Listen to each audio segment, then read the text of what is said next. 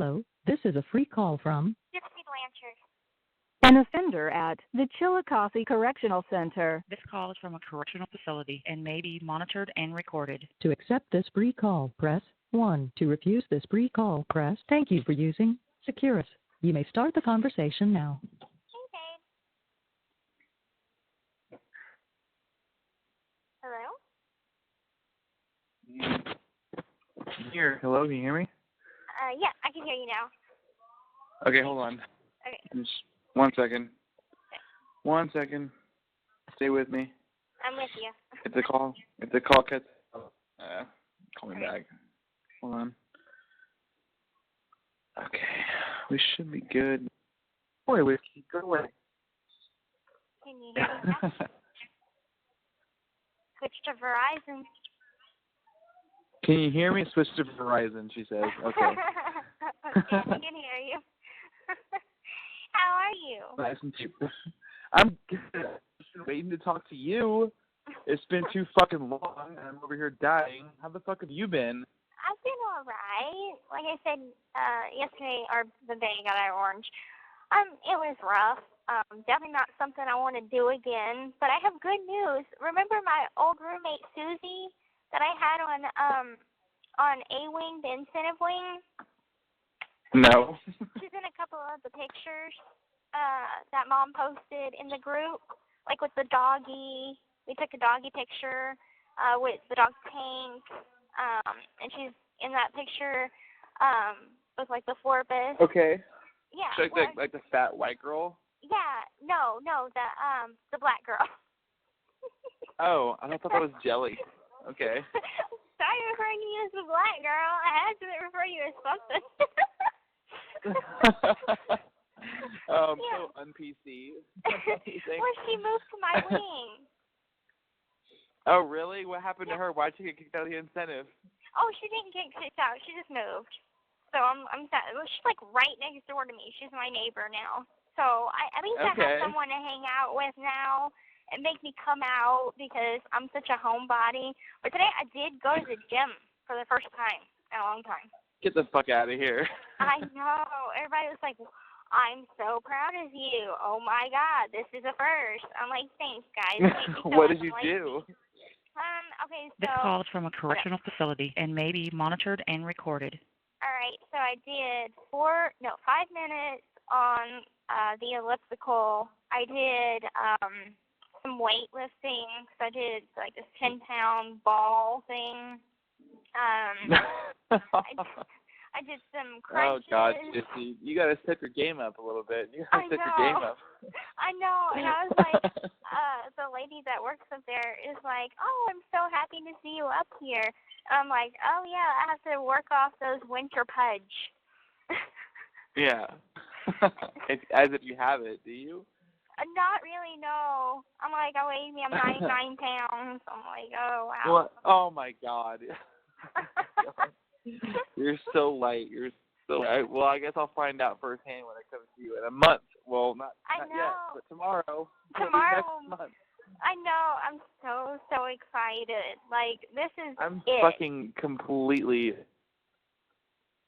fucking wait to finally come back there again. I know. Me too. Half a year has gone by, and it's all that I've been looking forward to. I just miss you like fucking crazy. I just can't wait to see you again. I miss you too. I'm like, I'm dying over here. And I had talked to Mom, and she had told me that you had asked if they were coming to KC like in March. Mhm. And I told her, I said, you know what? Talk to Dad, because Dad's coming home tomorrow.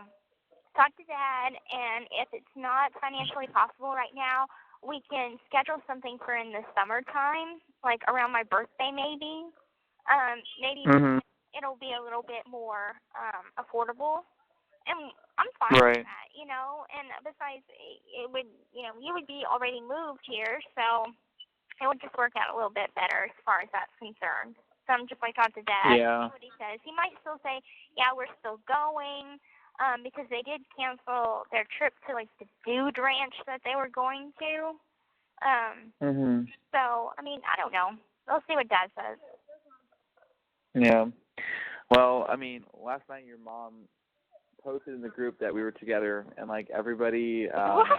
like, yeah, she didn't tell you that? Did you talk to her today? No, I haven't talked to her today. I talked to her on Tuesday. Well, like, so I was working last night, and she texted me, and she was like, Ken, I'm going to make you an admin on the group. And I said, okay, Oh, thanks. great. And she goes, well, I'm also going to tell everybody that you guys are together. And I said, oh my God. okay, that's fine. Like, it doesn't bother me, but it's just like with all the recent drama, like, I just don't want to like start anything Right. new. But I was like, okay, whatever. So she did. She like posted this big comment of just like how we're together and how you make me so happy and how I make you happy and like how I've been with you for a while now and et cetera, et cetera. And she like posted the picture. She put the picture up in the group of like the happy birthday picture I sent you back in July. Oh, yeah. And all the comments were positive. Everybody was like happy and like nice about it. And then she deleted it this morning. She deleted the post this morning, and she told me that the reason why she deleted it is because the other group was like trying to copy and paste it or something and like put it in that group and like start drama or something. No, so she deleted it for that reason. And I was like, okay, well, whatever. Like, I don't give a fuck about the drama that starts in other groups. Like, I don't give a fuck. I just love Gypsy. I want whoever knows. It doesn't bother me. I don't care if the other group says anything. I'm not a part of that group. I can't see what they say. So what do I give a shit, you know? But whatever. She deleted it. I mean, I would have made the same judgment call just for your safety. Well, then why would she even post it to begin with then? Well, if that's the case. Everybody that's in our group is supportive, and there are people that obviously are not as supportive in the other group. So in case there's any haters in the other group, you know, I don't want them harassing you. But why? Okay, well then, but knowing that that's the case, why even put it up to begin with? Because there are people in the group that are not supportive. Like, and that's just a fact. Like Belinda Belly, I fucking hate this woman. I think she's a piece of I fucking hate this woman. Okay. And she's the owner of the other group. She's the owner of the case discussion group, and she's in the support group. And I just don't understand why she is, because this is a support group. That's the name of the fucking group. It's a support group. You're not supportive, so why are you in the group? I understand because Kristy wants to be friends with her or whatever. Whatever the fuck Kristy's reasons are, I'm not going to get into it. That's her business, not mine. Right. But she's not a supporter. I think her and Belinda have been talking over the last couple of weeks or something, and so I guess I don't know what the status. She makes me fucking nauseous. I do not like that lady at all, and even though the woman that was posting things about negative stuff in the other group? Yeah, she's so Kristy says that she's neutral, but I don't think she is. I think she's negative, and I think she's overly negative, and it bothers me that she's in the support group. But don't tell your mom I said that. That's between you and me. Okay. And it's just like I just don't like that she's in our group because she's not supportive. She's either neutral or negative. She's not on the plus side, and it bothers me that she's there because she will copy and paste shit that Kristy puts up and put it in her group, and her group is negative as fuck. And so anyway, whatever. It's just stupid because God. It's so annoying. I hate Facebook and all that shit. It's just fucking annoying because it's like she put that status up about us in our group and then took it down less than 24 hours later because of the repercussions of Belinda and her group. It's like, then why even fucking put it up there to begin with? Like, it's just, I just don't see a point to it. I kind of figured you would after we had our visit for our picture, I figured you would have put our picture up somewhere. Oh, I definitely would have. And I definitely would have announced it myself then. But I mean, it doesn't bother me that she announced it for me. It doesn't bother me at all because, like I said, all the comments were positive. Like, everybody was on board with it. Like, I even commented myself saying, like, you know, she's fucking amazing and she's changed my life for the better, and et cetera, et cetera. But then to have it all just deleted because, you know, she's worried about other groups and shit. It's just like, well, then why? I mean, like, you know that that's a thing already. You know that there's leaks in our group, there's drama in our group that leads on to the other group. So why would you even put it there if you were going to just delete it less than 24 hours later? That's the reason why I'm upset, because it's just like, I don't understand why you did it to begin with. If there was some kind of doubt that you would have to delete it later to, like, save me some kind of, you know, repercussion from strangers that I don't even fucking give a shit about, or to save you repercussions, or whatever the reason was. I just felt that it was so stupid. Yeah. But yeah, I didn't know anything about it because I hadn't talked to her since Tuesday, yesterday. And I'm just venting to you. Like, don't tell her what I said, because I love your mom I won't. so much. No, I completely get it. I get it, because I'm like, you know, I think, I don't know, like, well, let's take it back a little bit to, I want to say early 2016, early 2017. I remember whenever I had liked Sebastian, and a couple of people knew about it. Erin knew about it. Erin Lee Carr? Yeah, she knew about it. Mom told Mike about it, and Mike kind of got upset because he's like, if she goes to the first asshole in prison, and he didn't finish his sentence, I'm like, okay, so it was a lot of negativity, and so I'm just like, okay, I'm breaking it off because no one seems supportive, and it's drama.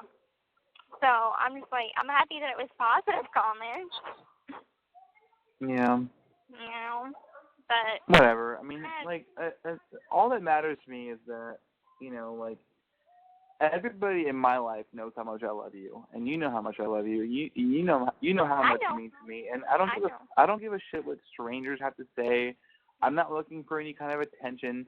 I'm not looking for anybody. I got like 15 friend requests last night, and I accepted none of them because that's not what I'm looking for. I'm not looking for any kind of, you know, I'm the man in her life, you know, like, what's between you and me is between you and me, and if people know, that's fine, but I just don't care to, you know, like, make everybody know. Right. Or answer any kind of question. I'm the same way. I mean, if you go back to that letter here's how I look at it. Like, your entire fucking life is on display, basically. I mean, everything about you is in the public eye. Everybody knows everything. You know, like, but there are some things that don't have to be, you know? Exactly. I feel that same way. I mean, if you go back to the letter I sent you, I'm, like, talking about, you know, 2018 is going to be a year that I could make things about my life private. Something that, you know, maybe just I know about, or just, like, between you and me, or, you know, a family thing where it's not everybody has to know everything about me every day, you know? And I'm like, you know, besides, like, this support group, I'm like, I'm fine with, you know, keeping people up to date, like, how I'm doing in school. Okay, that's a general thing, how I'm doing in school. Yeah. Other general things, you know, they can know about. And it's not that my personal relationship life I'm trying to keep a secret or anything, because I'm not. I want privacy. I mean, neither am I. You know. I mean, everybody that I know knows about you. You know, everybody personal and close to my life knows about you. And I don't always get, you know, the most positive responses from that, but I don't give a shit. You know, like, you just mean too much to me. So it doesn't matter. Like, if people are positive or negative towards it, I don't even give a shit. But, like, I don't know. I was just bothered by the fact that, like, I don't know why Kristy deleted it. You know, to save who the trouble? Me? It doesn't bother me. When I talk to her, she'll probably tell me why, and then I'll know. She told me why. She told me. So she knows how much I hate Belinda. I fucking hate that woman. I don't like her at all. You know, and I have my reasons, but we won't get into it. And so she texted me, and she was just like, what did she say? I took down the comment about you and Gypsy because Belinda wanted to put it in her group. I kindly asked her not to, so we shall see. I haven't slept yet. Something like that. And I was just reading you what she texted me. And it's just like, I just don't understand how you didn't foresee that happening, because you know that Belinda is not a supporter. She's a neutral or whatever the fuck you want to call her, you know, and by putting it in our group, you know that there are leaks anyway. There are already people who cross-reference shit into that other group. So I just don't know why it was even started to be deleted less than 24 hours later. It's just like, whatever. It's just, I don't know. It's whatever. But still, a also, bunch of people are still positive. Maybe it's kind of a good thing, though. Maybe all the guys that are, like, hitting on me, maybe it'll stop. She told me that. Well, hey, fucking Robert left the group again. What the fuck? I guess he's salty. Oh, God. I don't have time for his drama. I don't. I'm like... it's one of two things. Either he blocked me, which I can find out right now, or he left the group. I'm pretty sure he just left the group because so he didn't block me. So he just left the group. But I don't care. I don't give a shit. Yeah, I'm done with literally trying. Has 8 friends on his friends list. 8. Who the fuck has 8 friends? Whatever, I don't care.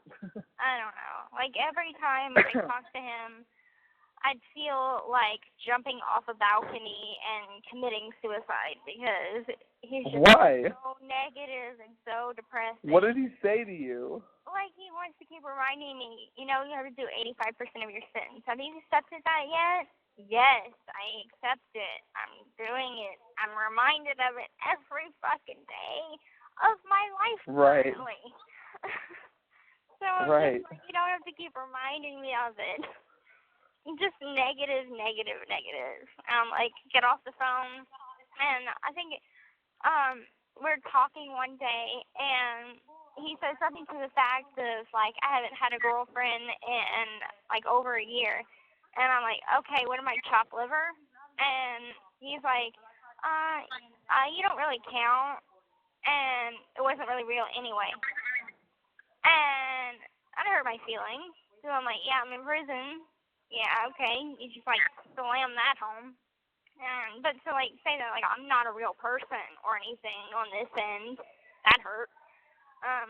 So I'm just like, you know what, I hung up on him. I'm like, you know what, bye. And I hung up on him. So, it's just like, whatever. When was this? Oh, God, probably about a month or 2 ago. He's just a very negative person. So if he left the group, that's on him. I'm just done with trying to... And I kept, like, trying to be positive about it and keep things light and very positive, trying not to let any negativity affect our friendship, but, like, once we broke up, it was just too awkward to fix. So I'm just like, okay. Whatever. Yeah. I mean, I don't know anything about him, so I can't give you an opinion. But the fact that he's left the group twice now, and, like, you know, whatever. I don't fucking, like, I don't know shit about him. I don't give a shit about him. Fuck him, in my opinion, and not just because he's your ex, but just because he just seems like a salty person, and I just don't care. Man, he's just a negative person. I just don't care. Now, on this end, besides that, there has been so many changes going on in the prison. It's unbelievable. Tell me. So many changes. Okay, there might be minor changes, but whenever I wrote you just recently that I was going to go with you to the vending machines, okay, well, due to the fact that they're becoming more stricter because of the drugs that's in the prison, I can't go to the vending machine. I mean, you can go for me, but I can't go to that area. Like, I have to come in and give you a hug or whatever, the greeting, and sit down. And I am allowed to whatever the greeting. Yeah, the greeting. No. You know what I mean. Whatever the greeting is. You know what I mean. And then, like, if I want to go get it. What's the greeting? No, I won't even tell you now what the greeting is. You know, it's a big hug, the greeting. And, okay. And then, like, I'm allowed to go get a game. We're still allowed to go, like, to the picnic table area outside. But I'm just not allowed to, like, move about and go to the vending machines or whatever. So I'm like, okay. Wait, we can sit outside together? Yeah. I didn't know that. Yeah, she can. Okay. All right, just have my roommate get it for her. Yeah, we can go outside. There's, like, little picnic tables outside, and you'll be able to, like, see kind of what our housing units look like from the outside, because you can see them. It's not a particular big area, but it's nice, and hopefully the weather will be. I would love to be outside with you. I would love it. And we can bring food out there, too. So. Okay. Well, what's your favorite food, babe? What's your favorite food in the vending machine? The Hershey pie. Oh, so many bad memories with that Hershey pie. I'm sorry. And okay. other changes that are happening, just found out recently that they're trying to take our locks away, like our locks for our lockers. First it was we're only allowed one, and now mind you, we have 2 totes and 1 locker. And I just found out our prison is a maximum security. Did you know that? No. Apparently it's a level 5, which is the highest level of security that they could have. I didn't know that. So technically, if they wanted, they can take our locks away, period. And because they're afraid we, like, bludgeon someone to death with it. So they're trying to do that, which makes absolutely no sense, because though I have a good room, there are people that steal. And I want to keep my lock so I can keep my stuff locked. I mean, I'm a target because I have so much stuff. I mean, I've been here for almost 2 years, so I've collected a lot of stuff. And all my stuff protected, and I don't know, just they're being so freaking stupid around here with all these rules. Yeah. What about the tablets? The tablets. Okay, according to khaki.com, we won't get it till later on in the year because there was a glitch in the program, so they have to fix the program. So it's going to be probably later on in the year. No. I know. What about our, like, kiosk visitation? Is that the same thing as the tablets at the same time? I don't know. Like, the tablet idea, we all know we're going to get them. All the prisons in Missouri are going to get them. It's just a question of when. Like they say, by the end of this year. So I'm like, I wonder when are we going to get them? I'm just so happy to be hearing your voice right now. I have missed you so fucking much. I'm just so happy to get to talk to you. I've been missing you all the time, that even before I went in Orange, I've just been missing you constantly. I know, literally, like, you're all that I think about, like, every day, and I just, like, want to come see you again, and I just love you so much. I just can't wait to be there again. I just can't fucking wait. We're so close. I know. So close. Oh, and then this morning, I got all dressed up, and I curled my hair. I got all done up to go take Valentine pictures. Well, I get up there, and there's nobody there. And they have this cute background where it's like big hearts, and it says Happy Valentine's Day. And you told me that there was. You told me in the letter that there wasn't going to be any. Well, I get up there, and they're like, "There's no pictures this month." I'm like, "You guys are taking pictures yesterday, dog pictures." And they're like, I guess, starting today, there's no pictures until like the beginning of March. This does not include visiting pictures, however. So I'm like, no, like I got all set up with nowhere to go. So I just It's came okay. back. I sent one. I sent you a picture, so. Oh, you there's did? that. Yeah, I did. Oh, It's just like thank me you. on the couch, but it's just like something. Oh, thank you. I needed a new one for my photo album. No, it's nothing crazy special. It's just me like at home by myself watching TV on the couch. Like, hey, I miss you. I love selfies. That's what it is. That's what it is. Yeah, I love those. And okay, I got a question I love you. for you. Ask away. You can ask me anything. Okay, so I got you 2 Valentine's Day cards. One is more plainer than the other, but one is more what? Plain. Like it's not as great as the other one. Like I've got one kind of plain one, and the other one's like perfect. So your big surprise is like so freaking close to being done. I thought it was already done. Well, like there was some miscommunication. She said that it was like done. It was in the chow hall, and she's like, "I'm working on it. I think it's done." I think I misread her lips or something. What is it? I can't tell you. Come on. Like, what is it? Who else is working on it? Like, what is the deal? Just me and my friend Sway are working on it together. And so anyway, she's like, I sent her a note, and I'm like, when can we do the trade-off so I could get that from her? And she said, well, I'm almost finished with it, but you said something you wanted to get it done by Valentine's Day. So probably by the middle of February, it's done. And I'll be able to box it up. And I'm going to put the card, the more pretty card. Is it food? Huh? Is it food? Is it edible? I can't give you food. Okay. It's not food. I don't know. It's not food.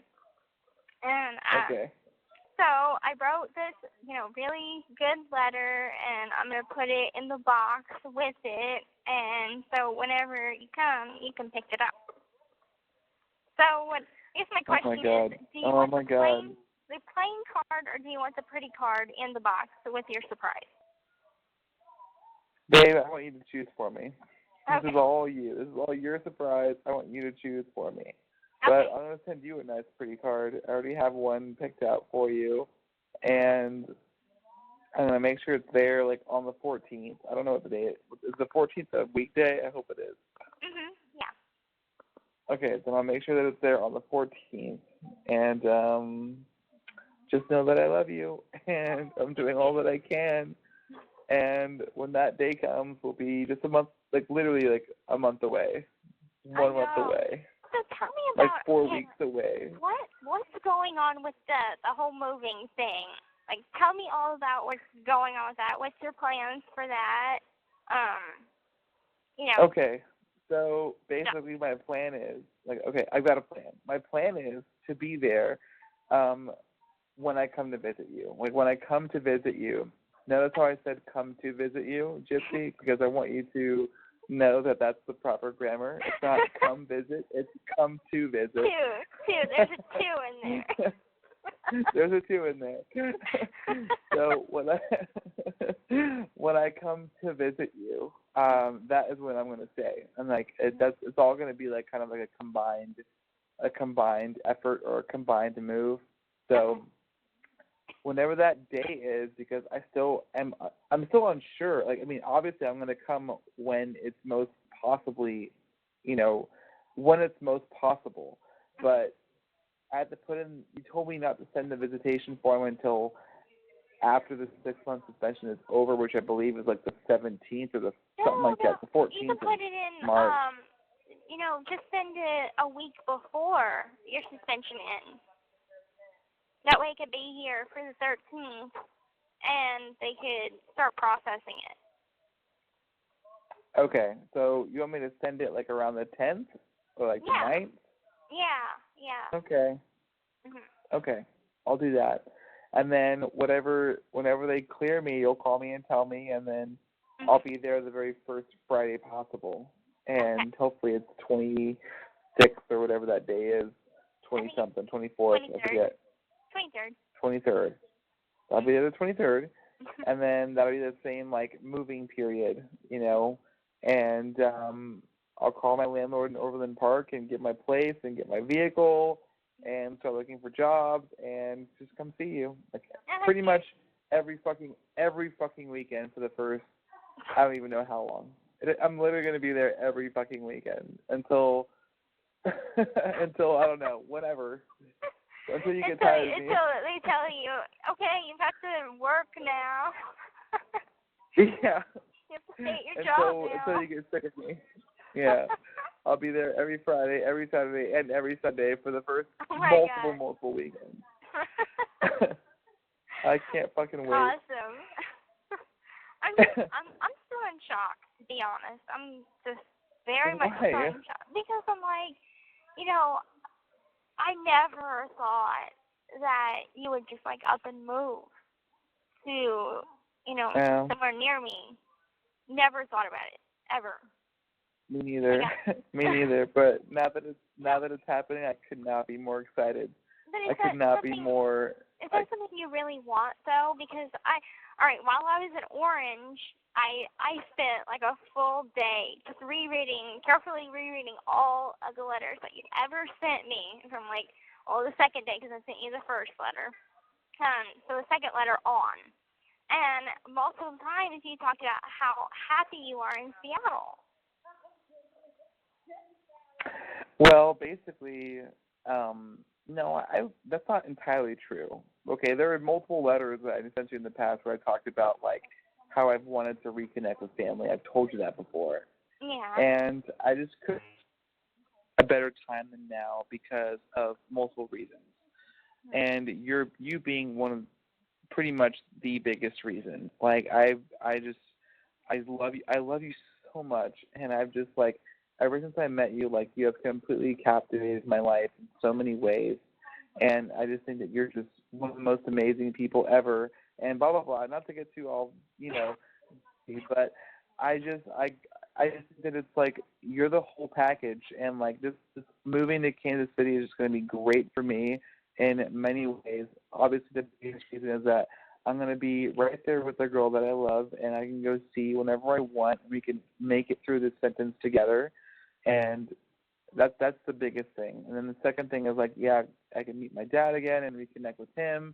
And the third thing is I'm in a new city, new environment. Like, that's always exciting. But really it all just boils down to I'm close to you. And, like, that makes me so incredibly happy and so incredibly excited and just optimistic for a future, no matter how long it may be, you know, however many years it may be, whatever, so I can finally, you know, hold you for longer than 3 seconds. But it's just, I don't know, you know, I mean, you know how much I love you and how much you mean to me, and that's what I'm looking forward to most. It's just memories with you, like being able to make a scrapbook of memories with you, you know, and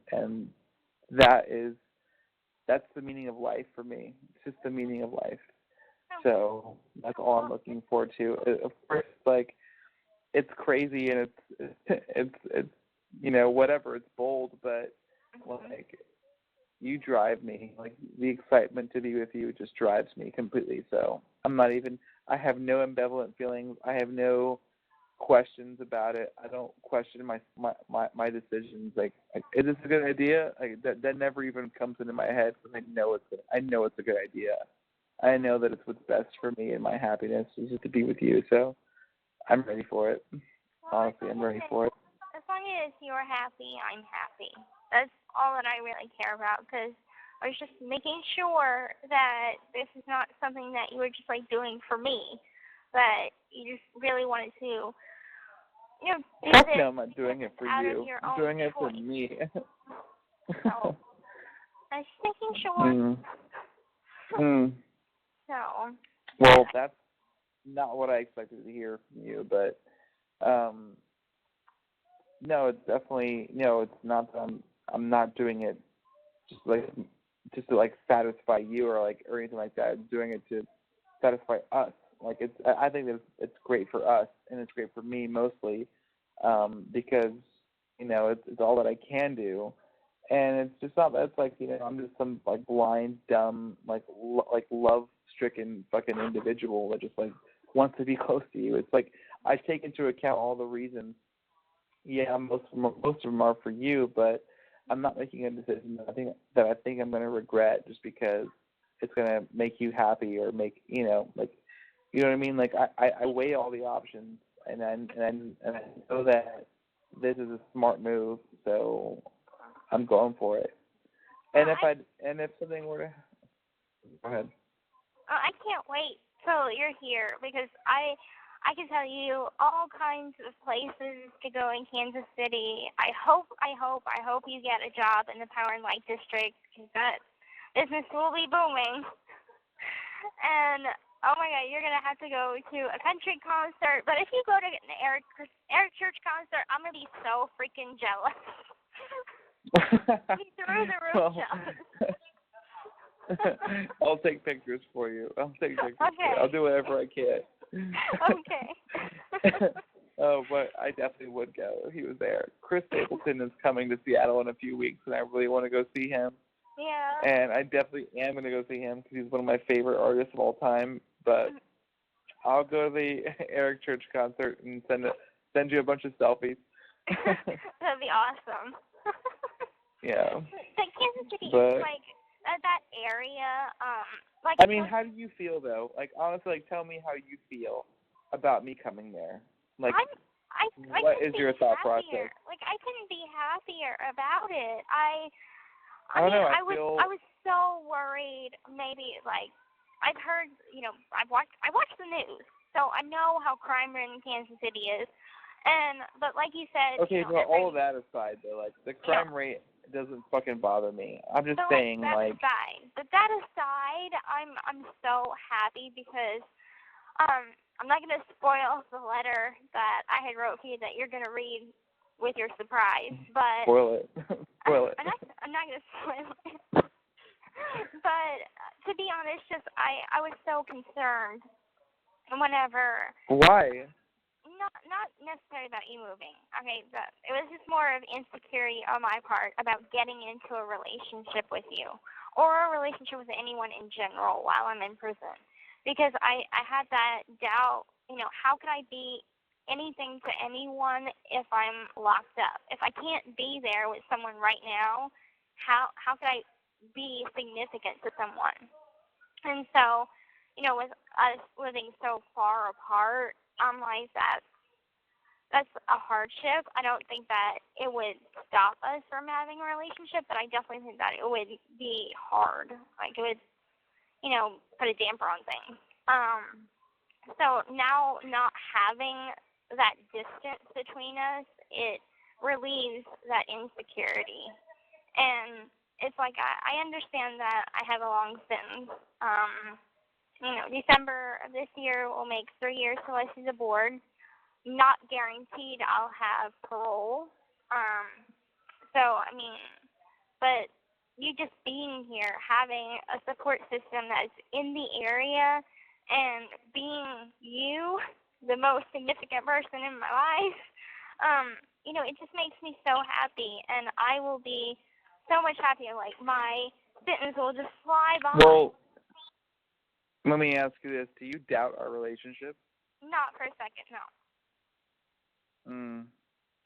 Because that's basically what I gathered from that, what you just said. In the beginning. You doubt our relationship. In the beginning, I did.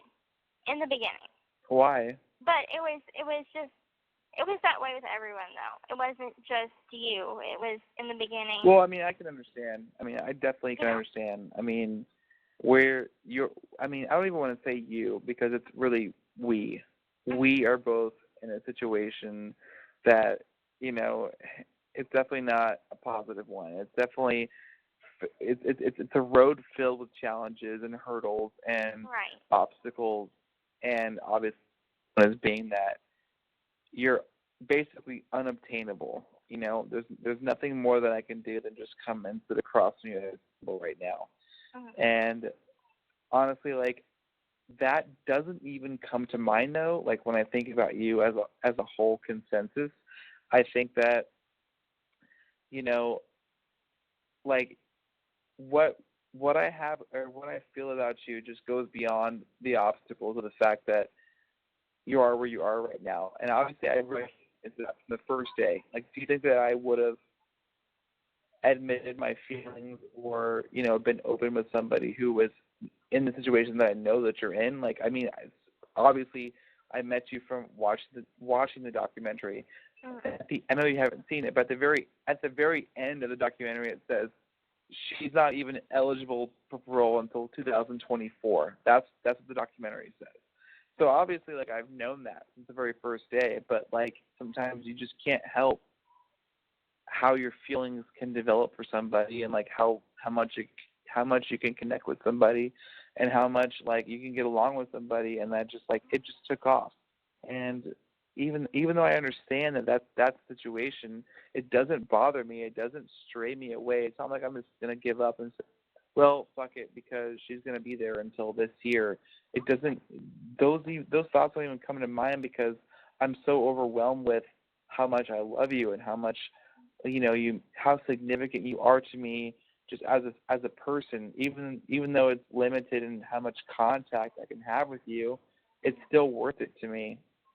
And I can work through it, and we can figure out ways to make it interesting, make it exciting. You know, like we have challenges ahead for sure, but the fact that I'm there and I can come see you in person and we can spend time together hours upon end in person, take pictures and whatever, it's enough for me, because I just feel that, you know, the end of the road, it's worth it. You know, like you're the rainbow at the end of the road for me, and I'm willing to walk. I'm willing to walk the path. I'm willing to walk the path. I know that now. It was just in the beginning. I was just doubtful only for a little while, but, like, I was still getting to know you. I didn't know you on this level that we know each other now, because I only know you on, like, a best friend level. So as a girlfriend-boyfriend level, I didn't know you like that. And so, you know, now that we're, like, almost 6 months into, like, this relationship, you know, a month from now will be 6 months. So, you know, I've gotten to know you a lot better than I used to. And we've opened up a lot about each other in the past 6 months, more than ever before. So it's like there were things that I probably wouldn't have told you. Maybe I would have, but, you know, now feeling so comfortable to just open up about my life, my past, my thoughts. And, I mean, we have shared so much with each other. So it's like, you know, to share our hearts with each other, that's the new level that was kind of missing before. You know, we were sharing stories, sharing laughs, you know, being ourselves with each other, but really kind of opening up on that level, that kind of blew all of the doubt away. So now I don't have that doubt anymore. And it's like, if there's anybody that could accept this situation, I would peg it to be you. For real. And turn it into a positive. I mean, I've learned so much about you, like, in the last, it's been more than 6 months. I mean, as far as our relationship goes, it's been 6 months, but I've known you for almost a year. Like, coming up in a few months, it'll be a year. And all the letters and all the phone conversations I've had with you, like, I couldn't be more amazed by, like, the true person that you are, and, like, how happy I am to have been able to meet and understand this person you are at heart, and I just feel that, like, you know, we have just so much in common, and, like, we, you know, are just so compatible, and just, like, I'm happiest when I think about you. I'm happiest when I talk to you, and, like, these are just feelings I've never felt before. Like, these are these are just things I've never I've never had happen before, and even with, obviously, like I think about this all the time. I'm like, you know, like she's in a situation that I can't control, but I don't care. I just don't care, and like I'm willing to be with you through the thick and the thin, and I'm just excited to be able to, you know, good days and bad days that are going to be ahead. As long as I'm with you in person, they're just going to be such more meaningful moments than just phone calls and letters. Like I couldn't be happy with you in physical, in person. Right. To actually be able to reach out and grab your hand, and reach out and put my hand on your shoulder. If that's loud. If it's not, that's fine. But you know, just look you in the eyes, like actually look you in the eyes and talk to you, and you know, it's gonna be a whole different level, and I'm just so excited for it. And I love you so fucking much, and I just can't wait for the road ahead. So very much, and like I'm still to the point of being a little bit speechless. Like I'm not that good at conveying what I mean to say verbally, but I could write it down. And I guess that's how I can communicate a little better. Because when I'm on the phone, I'm like, oh, I should have said that because that's how I felt. But whenever I'm writing, I just kind of let all of those feelings flow. So, you know, talking to someone, I'm like, but I'm so freaking excited, and I can't believe you're doing this. Like I told your mom, it made me cry. Well, it's you know, I couldn't be more excited. I have happy feelings about it. I cannot wait for what the future will bring in Kansas City and with you, and the scrapbook is going to fill up with us, and the pictures we take, and the weekend visits we have, and just everything. It's just like I couldn't be happier. Like Gypsy, you have been one of the best things that's ever happened to me. I think that you were like just such an amazing person, even with the situation that you're in now. It doesn't even affect me. Like I know all about you and all about your history and your case, and I just think that, you know, the world got it wrong, and that you're just an incredible person, and I couldn't be happier to know you, and more grateful and more blessed to have you in my life. So, you know, I cannot wait to see what the future brings, and it's so close. It's just a month or two away, and I'll be there. And my hope is that I could be as big of a blessing to you is like how you've been to me, because you have literally saved my life through a lot of the depression days that I've had. You know, you've always been the biggest supporter that I have ever had. You know, alongside my mom and dad, there's nobody else that has even held a candle to how much support you've given me.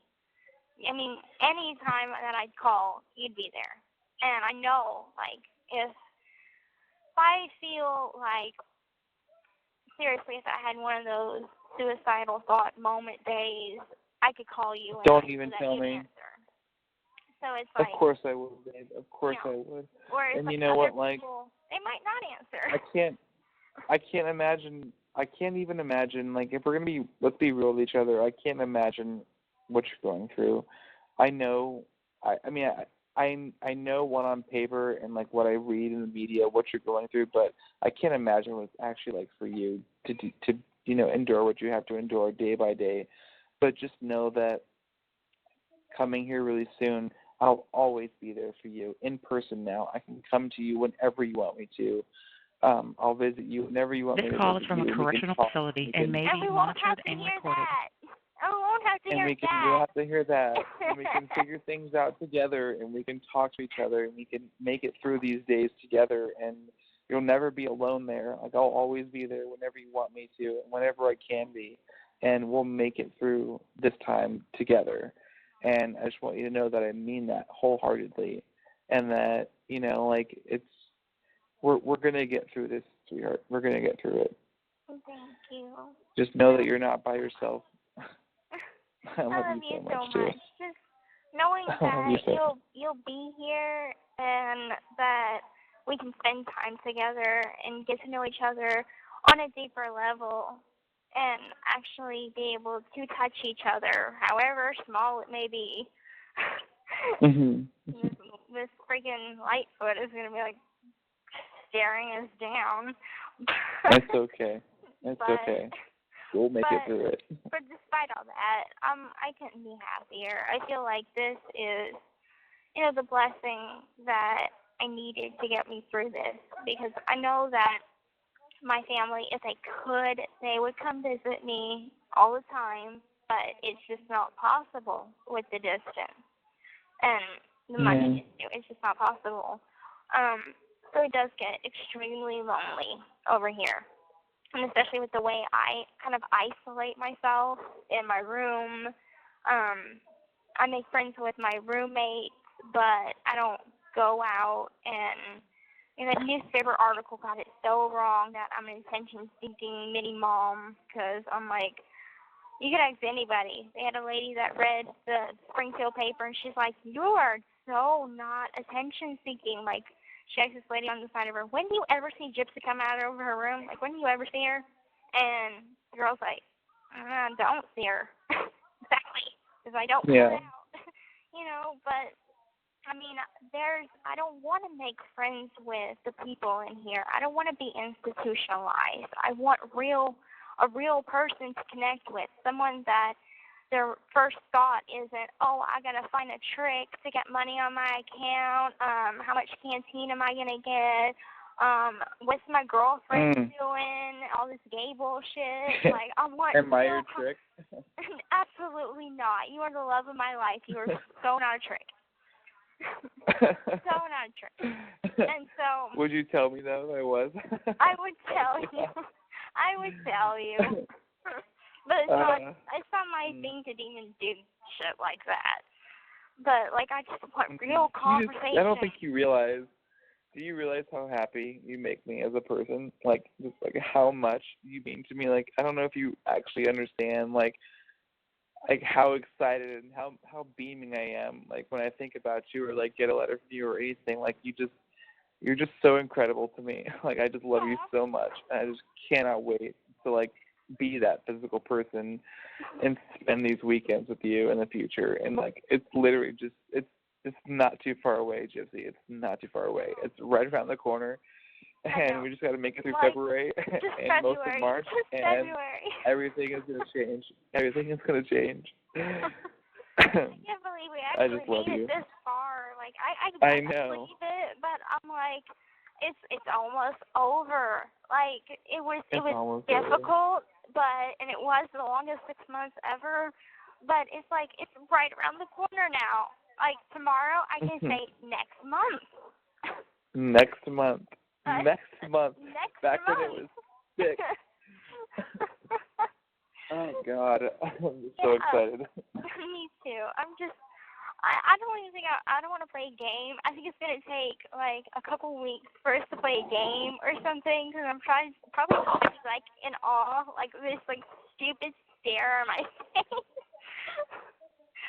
So I'm just going to be, like, staring at you the whole time. Yeah, literally. I'm just going to be holding your hand, just, like, staring into your eyes for, like, the first couple hours.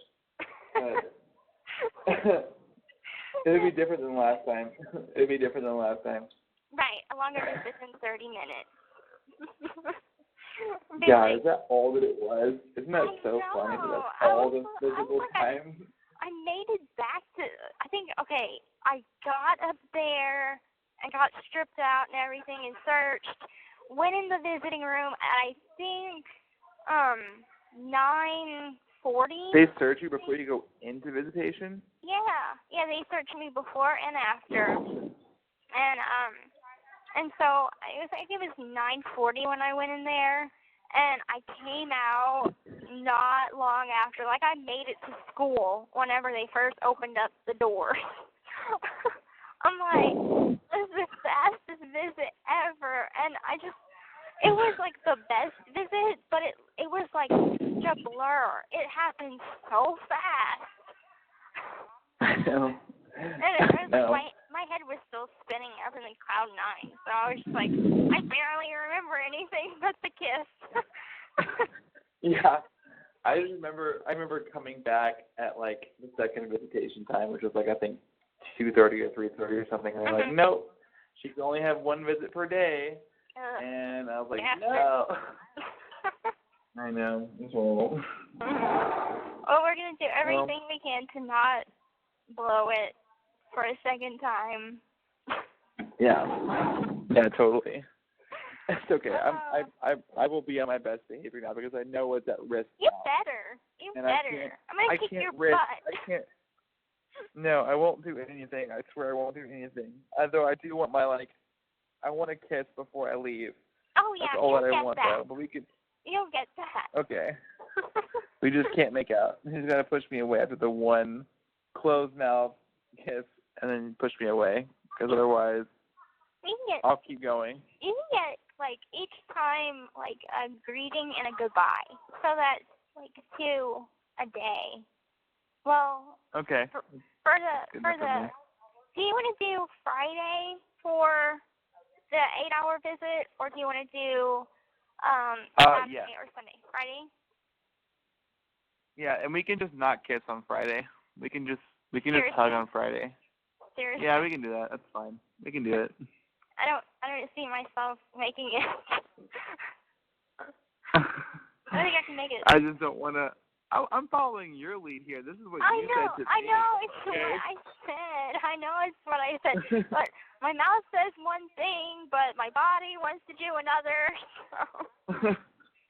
Well, we'll see what happens. Let's at least keep the greeting pretty light. I just don't want to get sent out in the first 5 minutes. Hey, that's it. Ken, go. You're out. No. I would cry. I would cry. Not that works. That wouldn't work with the guards. I would literally cry. But I would cry right there. I'd be like, no, please. I came all the way from Seattle. Please don't. I'm sorry. Time. Yeah. Oh, I know that they're all going to be watching me. Because they know that I've already been suspended, and they know that, you're probably the most famous person there, and I don't know if they know who I am, but if they read our letters, they know who I am, so they're going to have an eye on us. So we're going to have to play it cool. Work this out. Okay, so since you'll be in my time zone, all right, you're going to have to warn me before you come visit me on a Saturday or Sunday morning because at 9:30 I'm asleep. You better always come out. If you refuse the visit, I will never visit you again. I'm not gonna refuse the visit. I'm gonna roll If I show up on Saturday and wake you up and say, "Hey, Blanchard, you got a visitor," and you say, "No, I'm tired," that's it. You'll never see me again. I'm gonna get up with my hair a mess. At least brush my teeth. That's what I want. That's what I want to see. I want to see. That's what I want to see. I want to see you as a mess. Oh God. Well, it's like I'm having a chick makeup dilemma. There's no right now on the kiosk on Canteen. There's no freaking light foundation. There's no white chick foundation. There's black chick foundation, but no white woman foundation. So I'm like, that's just great. I have a half of a tube, and I'm saving it for our visit, so I'm not using it until that day. Oh. But after that, it's all going to shit after that. It's just around the corner. Isn't that crazy? I remember when this was such a pipe dream, and now it's we're almost there. It was just crazy to me. You have it marked down on your calendar? Are you fucking kidding me? I have a notification on my phone to remind me 5 days away, 4 days away, 3 days away, 2 days away, and it's tomorrow. And I just cannot fucking wait. Oh my God. I have it written down. It's all I've been looking forward to since September 15th. Literally, it's all that I've been looking forward to in life. So. Me too. I'm over the moon excited, and I'm just every day, I'm oh my God, is it March yet? Is it March yet? You have the sexiest fucking voice in the world. I just hope you know that. I think you're great. Okay, just keep talking. Just keep talking. I'll keep talking. And so, I can't wait. It's killing me. Okay, it really laugh. Is. What? What? What? What did Oh, you say? no. I love you. But other than my total excitement to see you, I've just been laying around watching our new Stars channel. I saw there's some good shows that are going to be playing. Have you ever heard of Ash versus Evil Dead? Ash versus the Evil Dead? Yeah. Have you ever seen Army of Darkness or any of the Evil Dead movies? I've seen Army of Darkness and Evil Dead, which are both, what's that guy's name? What's that guy's name? The guy that plays Ash? Hold on 1 second. No, he was in Spider-Man. Have you ever seen Spider-Man? Yeah, of course. Duh. Like the older ones with Tobey Maguire, like. Yeah. I was a total Spider-Man fan whenever those movies came out. I had the shoes. I had the little Spider-Man stuffed doll. I had the glove. That was my gloves. favorite superhero as a kid. Spider-Man was always my favorite superhero as a kid. Yeah. So I know all about Spider-Man, but he's in every Spider. He's in the Evil Dead, and he's also in Army of Darkness, and he's also in all the Spider-Man movies. He plays like a small role, and where is he? Bruce What's his Campbell? name? Sorry. Bruce Campbell, that's it. Yes. Yeah, I met him. Yeah. You met him? Yeah, he played in Xena and Hercules a while back when they were still making the shows. He played Autolycus in Xena and Hercules. And in New Orleans they had a Xena convention, and me and Mom went. And he was one of the guests there, so I got to meet him. Well, so name all the fucking celebrities that you've met. Oh, God, I don't think I can name all of those. Those are a lot. Oh, jeez. Gosh, there's a lot. A lot. Mhm. Okay, so, there was, I'm trying to think of, did I tell you that I met the twins from Harry Potter? The Weasley twins? The Weasley twins? I thought you met all of them. Okay, so I met the Weasley twins. I met the girl that plays Luna, and the new Dumbledore, not the old Dumbledore from the first movie, but the new Dumbledore. The first two, the one that's dead. Okay. Yeah. Trying to think, who else was there? Shit, I know I'm forgetting one other person that was there. I can't remember right now. I met Elijah Wood, obviously, Sean Austin. I wish I could show you my big freaking autograph book photo album. There's so many. And a lot of it was by chance. A lot of them weren't really set up through, Make-A-Wish or anything. It was just by happenstance. Mhm. Right place. Oh, your mom sent me some videos today about Nick or something. I didn't watch them yet. I just saw that on my Facebook. Oh, God. She didn't tell you about that? Tell you about what? Tell me about what? Oh, God. Nick's interviews. Oh, She sent me videos about Nick's interviews from jail. Oh. She didn't play those for you or tell you about those yet? About the 2020 thing. No, there's Why am I always the last to know about everything? Seems like everybody knows everything but me. Can you hear that? No. A long ass fucking video. I don't want to watch it. Hold on. If you want me to play it for you, I will. But if you don't, that's fine. I don't care. It's like a phone interview or something. It's long though. It's gone now. How did she even get this? Maybe it was posted up on Twitter or something. Scammers pretend to be homeless. Drug police find. Nope. Missouri Lieutenant Governor wants, nope. Police find drug dealer, nope. She sent this to me. Springfield woman, nope. Branson man, nope. I don't know. She sent me a fucking link, but I can't. It's not.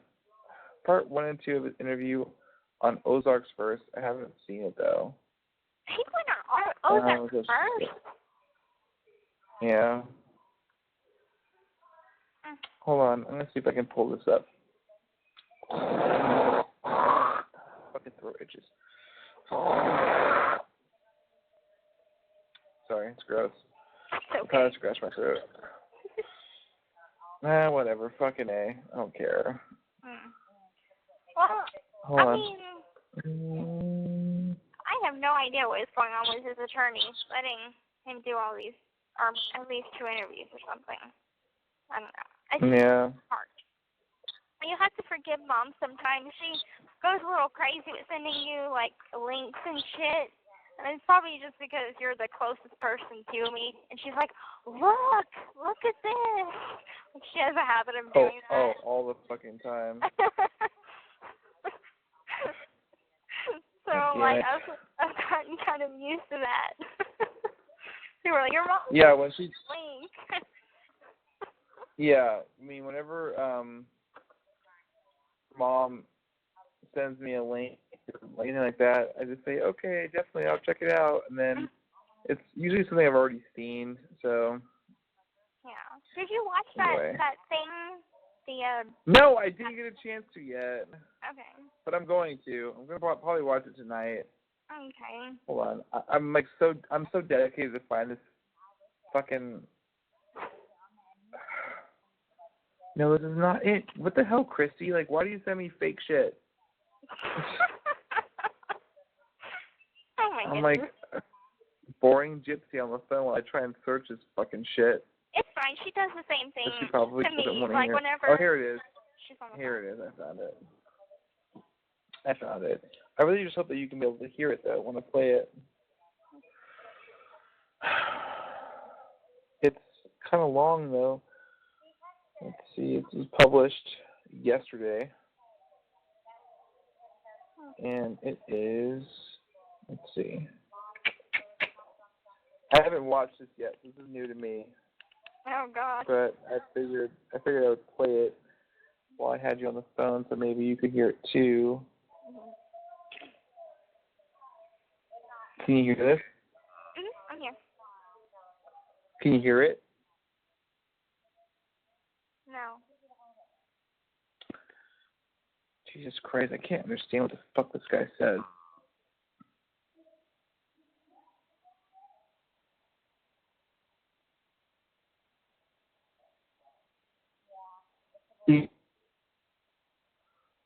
No.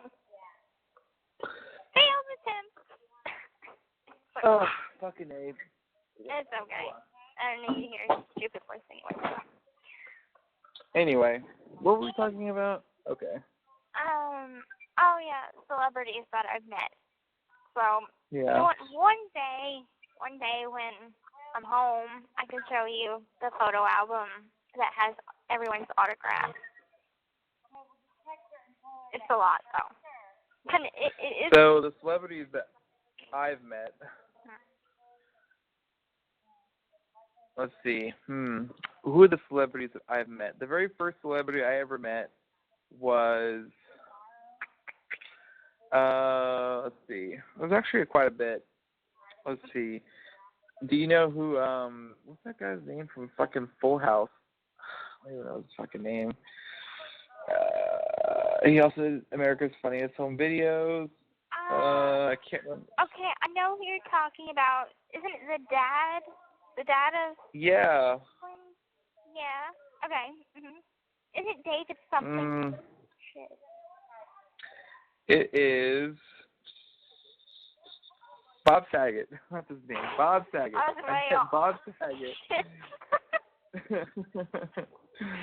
I met Bob Saget. I met Brittany Snow. I've met what's his name that sings that song, Piano Man. Sing us a song, you're the piano man. What's his name? Billy Joel. I met Billy Joel. I met I met Kristen Stewart. I met. Wait, you're just now telling me that you met Kristen Stewart? Well, okay, so when I say I met people, I used to work at a nice hotel in Florida, like the Four Seasons, which is like the nicest hotel in the state, or like in the country, really. So all the celebrities always stay there. Okay. So I met Kristen Stewart, but when I say I met her, I mean I just like gave her fucking hotel key and like checked her in the room. That's like cool. I didn't actually say hey, but like like. Wait, hold up, your phone's cutting out. Or it might be my phone. Hello?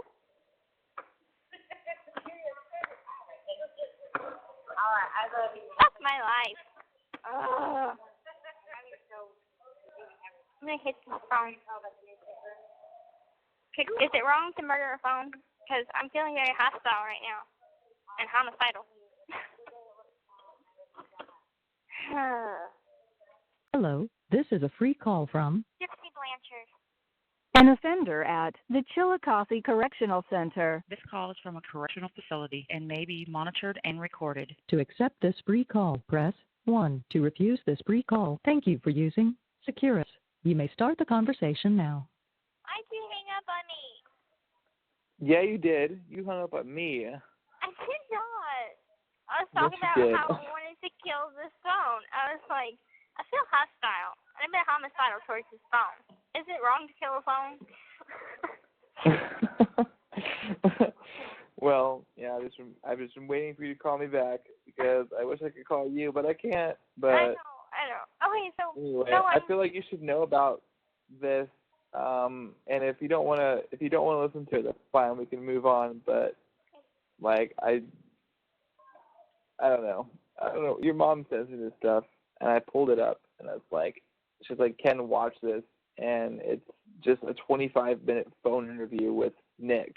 And damn, that's all. I don't know if you want to hear that or not, but I can play it if you want to, or if not, that's fine too. You tell me. I'd rather hear some of it. Not all. It's hard to understand what the fuck he's saying. I can't. I feel like his sentences are just not put together very well, but whatever. I'll put it on. Okay. All right, hold on. Due to the love that I felt that was equally shared between me and Gypsy Blanchard. However, I've learned that as of late that she may have just been using me, which is sad because I felt it was much more real than that at the time. Actually, as for the illnesses part, I found that out almost shortly after me and her first started talking on Facebook, which went from a Christian dating site known as ChristianDatingForFree.com, and we were on there for maybe a few days, and then went from there to, next thing you know, Facebook. It's really weird because I went from just trying to get to know her on one side to being willing to pretty much open myself up like a full open book to where once we got to the other one, and I'm still confused on why that happened that way, but it did. And when it happened that way, I almost instantly learned about the medications. Of course, I learned that not all of them are actually fully what she was actually supposed to be taking. Most of them are all just stuff that her mom was forcing her to take that was by far needed. I did feel as if Gypsy was going through there was the abuse or the abuse of being forced to be staying in a chair, or even the abuse of her being stuck in a room for so long because her mom would be doing things in a physical abusive way, like chaining her to a bed, or even other physical abuse, like her being beaten with really anything her mom could find. And all this stuff I felt sitting back there, I felt like as if unfortunately, I didn't think anyone would come to her call. If you tried to go to the police, they would have, due to the way that her mom was making her betray to look, she would have basically looked as a lunatic that no one would want or would believe due to what her mom was putting in everyone else's head. So she felt like it was a non-escapable path upon it. She needed someone to understand her enough to be willing to basically risk their life for her, which is unfortunate that that had to go the way it did. Because originally I wanted to just run away with her, but she kept on persisting on this alternative thing that really didn't seem to pan out in the way that it never was obviously meant to. Yeah. Yep. Since she had warned me that she's tried it twice before, and she's only mentioned one of those times in the media. The other, apparently she almost got close to killing her mother, but however, she couldn't do it. She was attempting to do it mainly for someone that she had an infatuation with, and, well, she found out later that it was just infatuation, but yet the person keeps using her to this day, so, yeah, it's very sad. Well, it's unfortunate because it's the way that she was brought up. She was brought up to lie and lie and lie and lie and lie. She was brought up to basically play the victim role. That's the way she was brought up. She's only doing what she was taught. Believe me, she was brought up in a much more better environment, much more better people around her. Not just her mom. I was around her. I was pretty much holding her down for who she could really be. I can almost guarantee she would have never asked me that dreadful question.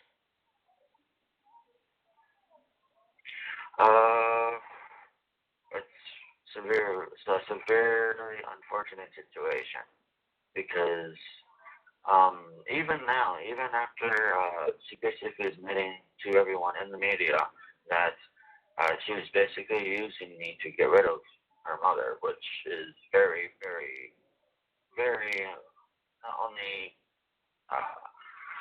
evil thing to even admit right on, which I still to this day, well, I kind of wish she would have admitted earlier because, well, I was mainly the one person who was trying to make her a better person while her mom was trying to keep her the way that she was.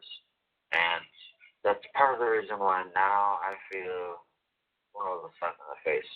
Because, yeah, it's one of those situations where you feel that you have done all you could for the person, and if the person doesn't want to feel appreciation towards you for all you've tried to do for them, then I guess it's one of those stones you gotta throw into the water and move forward. Unfortunately, you make it as if loosen the load that you're having to hold upon. Basically, an analogy is basically what I'm using. However, now I been slowly and trying the best I can to heal from the situation, and from everything I have been trying to get over and get through, it's been a rough road. I will not deny it has not been. It has. But I know that within time always heals, so I'm hopeful that it will. That's the thing with me is that I feel has actually, sad, it's so sad. Yes, maybe about the same amount I was maybe trying to attempt to get. I'm still trying to get 15, and that's where I still stand. I'm still trying to get that. I would have been happy if me and her would have gotten the same exact amount of time. I'm not one of those people where I'm going to be trying to wish her a life sentence or any crap like that like she did to me. I'm I cannot even personalize that. It's just not in my blood. It's not in my genetics. It's not who I am. But that's part of the reason why when she does what she does, I can't blame her. I can only understand that that's the way she was brought up. But me personally, if we would have both gotten 15, I would have felt it was fair. Since she's gotten 10 and I'm still trying to at least get 15, really, yeah, exactly. It's a pretty hard road to get to that point, but God willing, that shit for sure happen. Well, there's two parts of it. One, I was planning on using my mental disability, which is clearly documented from multiple psychiatrists and ones who studied psychology. So really, I mean, I have a therapist from when I was 15 years old who said because they had a family member who was one with Asperger's syndrome, they was the first ones to mention when I was 15 years old that I had that, and I didn't have the more form of severe of autism. I didn't have that, and I didn't have anything less either. So really, with that being said, I learned of that term, and then I ended up having to look it up to learn more about certain patterns and everything else. And once I learned about it, I started noticing things about myself that didn't match in with it. And then the next time it happened was in 2009 when I was trying to receive Social Security benefits from SSI. And I was accepted on that too because the psychiatrist that the state hired of Wisconsin could not find anything of me faking it or anything else because it was just really how I was. And that's two of them, and then you move forward to 2015, and I believe it was December of that year, I ended up seeing another doctor, and then move forward in 2016, see another one. So they all have admitted I have it, but the prosecution's defense is trying to make it seem as if I only have level 1 when I actually have level 2, which requires some supervision, not heavy supervision, just enough to where they're making sure I'm not getting into any trouble, basically. Which, now I understand that now when it's been a bit too late. The second one would be basically manipulation. The second reason would be manipulation. Is I will not deny it because she's done it for so long to the entire public.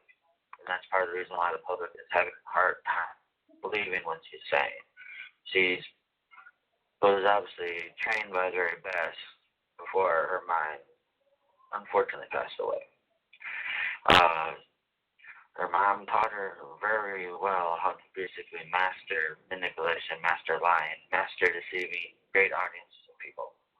And because of it, she knows what she's doing when she lies. Unfortunately, she's very, very good at it to the point where people won't know that she's lying to them just because she can do it without any conscience at all, which to this day boggles my mind.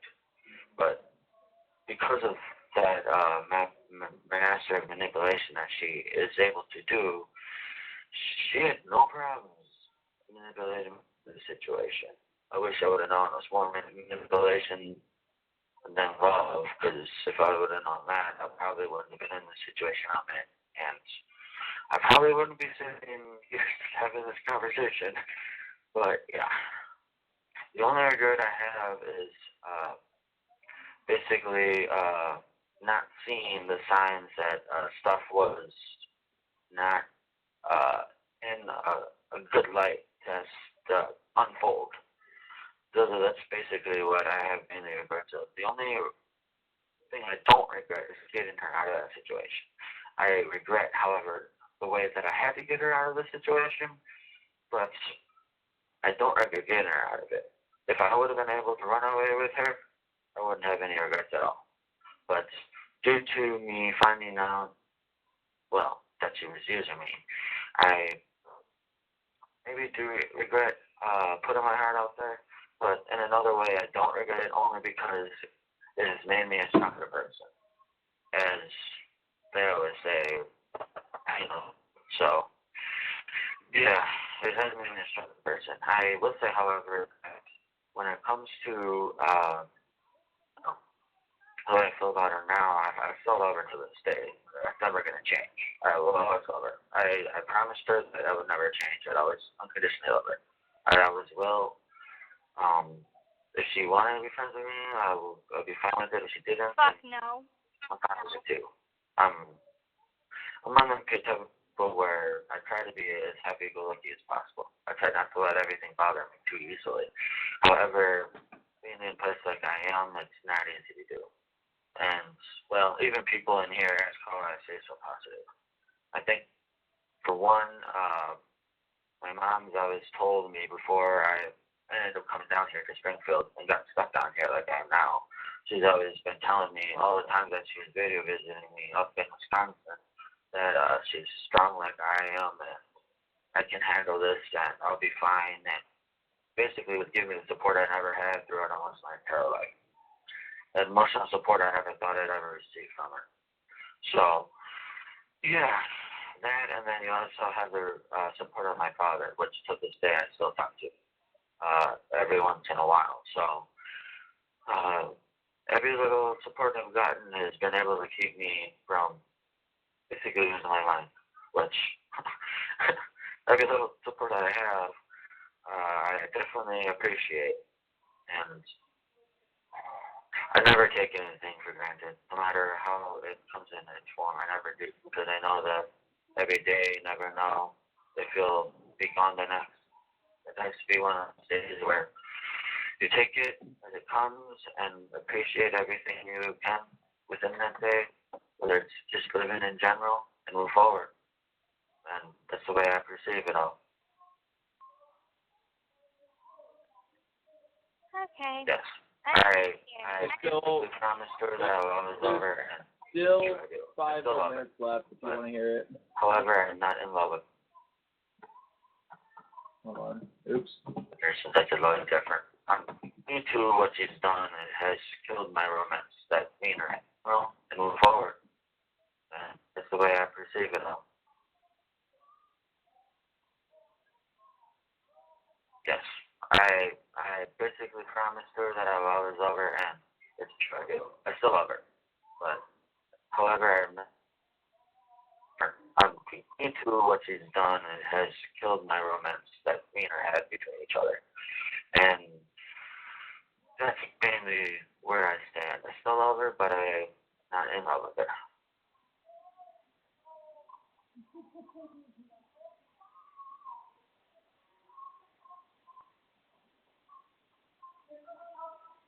Well, I had it as no secret to her. I was basically like an open book to her. She knows that everything from little details like what it was her height.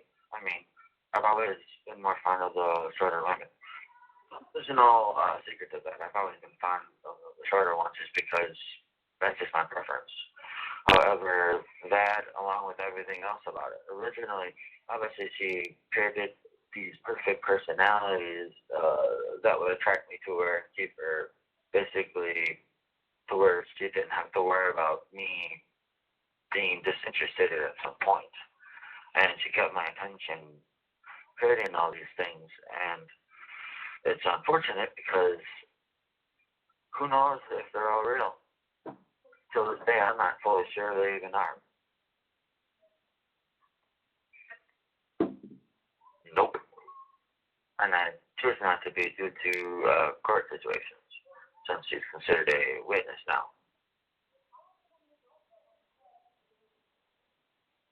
Nope. you know.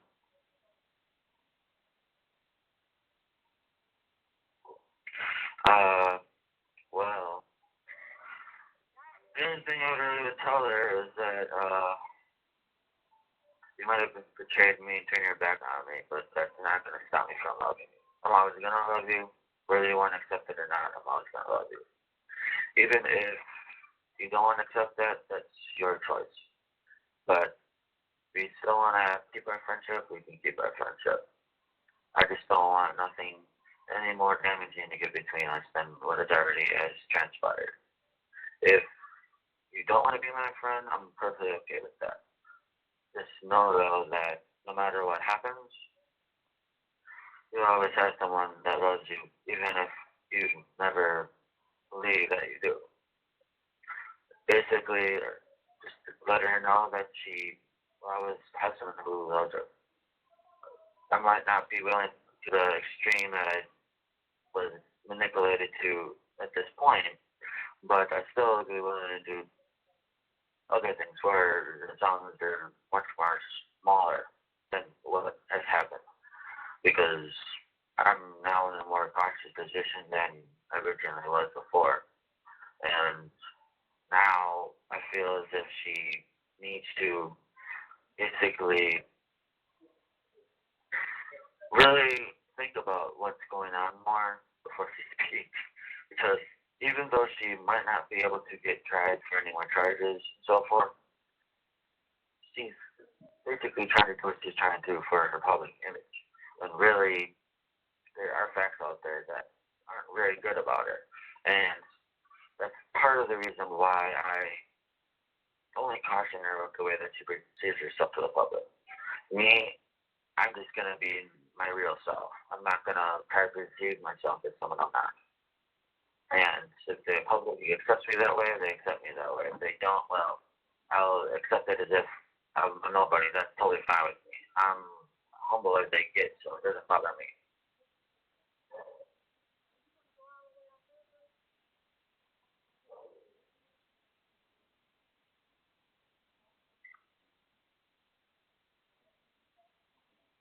Well, Asperger's syndrome is very well documented, whether it's through studies or even websites dedicated to it.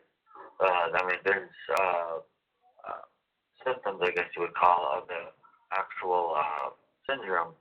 That one of them, ironically, is being gullible to people's opinions. Very easily, actually, in fact. And I've actually been gullible almost all my life. It is something I will admit. I have been gullible almost all my life. I've slowly been getting more and more wise as I age, but it's a very slow process due to Asperger's. For me, the best way I can describe it is alien disability. I was in special education while I was growing up. Almost throughout my entire high school, elementary, middle school, all those type of years. I was through a special education. Originally, they had me listed as a severe form of autism, meaning autism itself, and then they lowered it down to just being a higher functioning form, what's known as Asperger's syndrome. So, due to the intelligence of those with my disability, we can seem so normal, but yet we still have certain symptoms of it. Like, for example, if I get put under too much pressure, my mind can go blank and I won't know what to say, or other things of that nature. Yeah.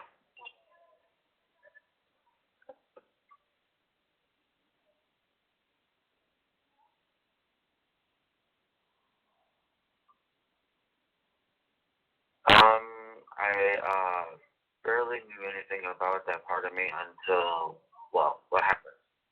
I mean, well, the first time I was aware of it and it freaked me out was me being around 14, 15 years old. And I seen a glimpse of something in my eye and I didn't know what it was. It was just like a glimpse of something in my eye and I felt as if 2 minutes left. What do you call it? A dreadful feeling came upon me as if something wasn't right.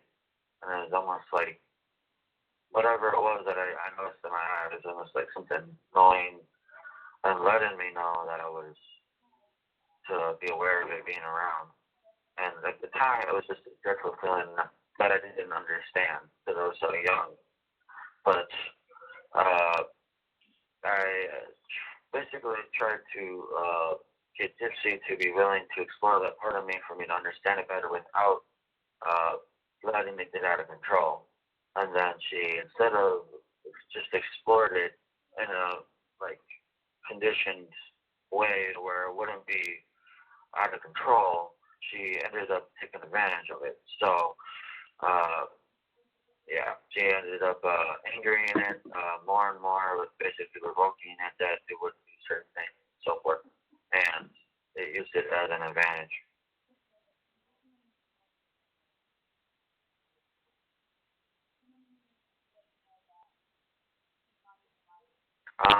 The only other thing I want to say is that I do have my heart go out to all of Gypsy's family for what happened to their daughter or sister or aunt, and I wish this would have ended a much more less drastic way than it did. But just let everyone know that I appreciate this opportunity and thank you.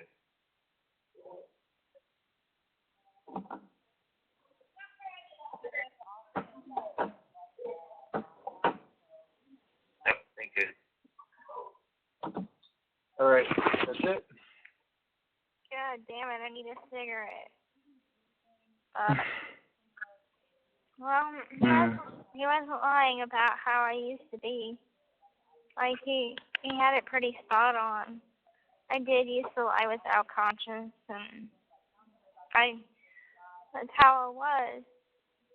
And it took a long, long time to change. When you say that you used to lie without conscience, like, what kind of lies? I don't know. I mean, I think, I mean, the perfect example, I guess, would have to be whenever Mom and Dad had came visit me for the first time while I was in jail.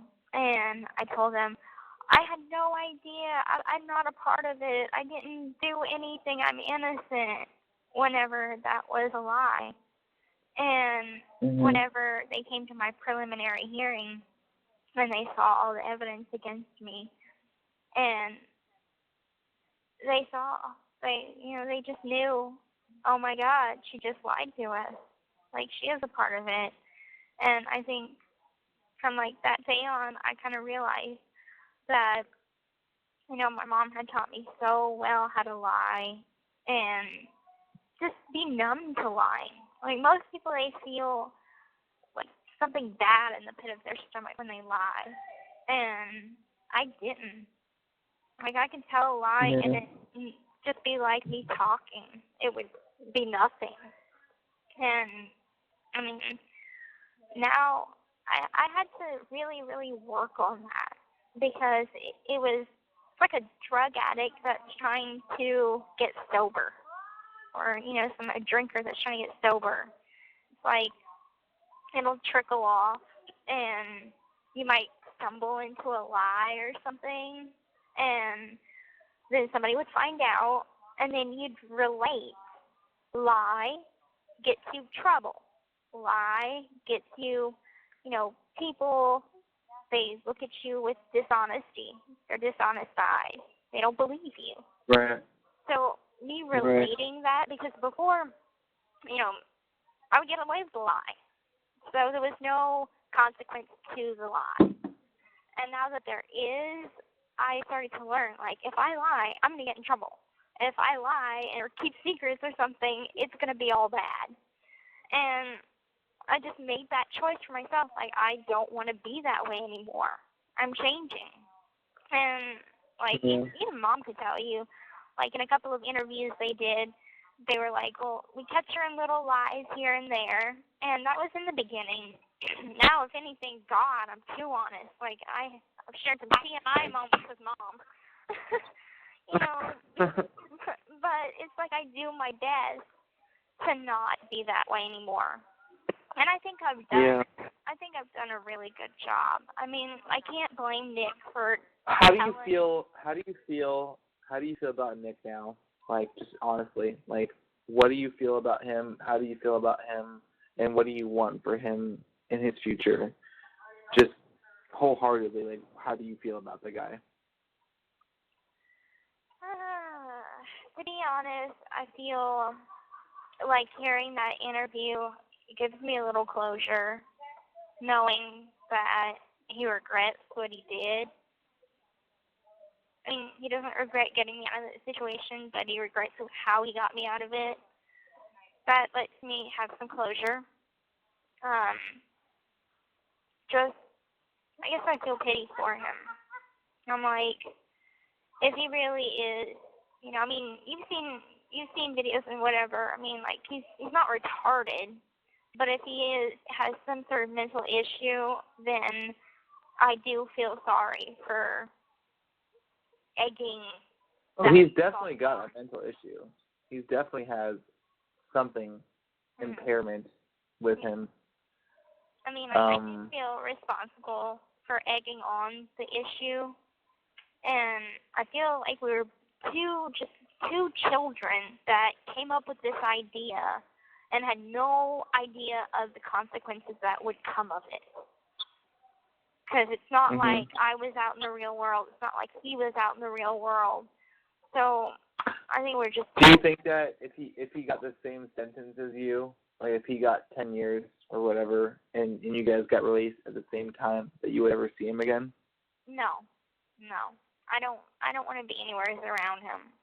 You know, it's not healthy. I'm appreciative of the wishful thoughts and stuff. All I can say about him is, like, you know, I can't wish him, you know, harm or anything. I don't want to wish him harm. I'm numb to the situation. I'm numb to him. Like, I don't feel anything. Like, you go your way, I go mine. Let me live my life. You go live yours. And, you know, chalk it up to, fuck, that was a bad idea.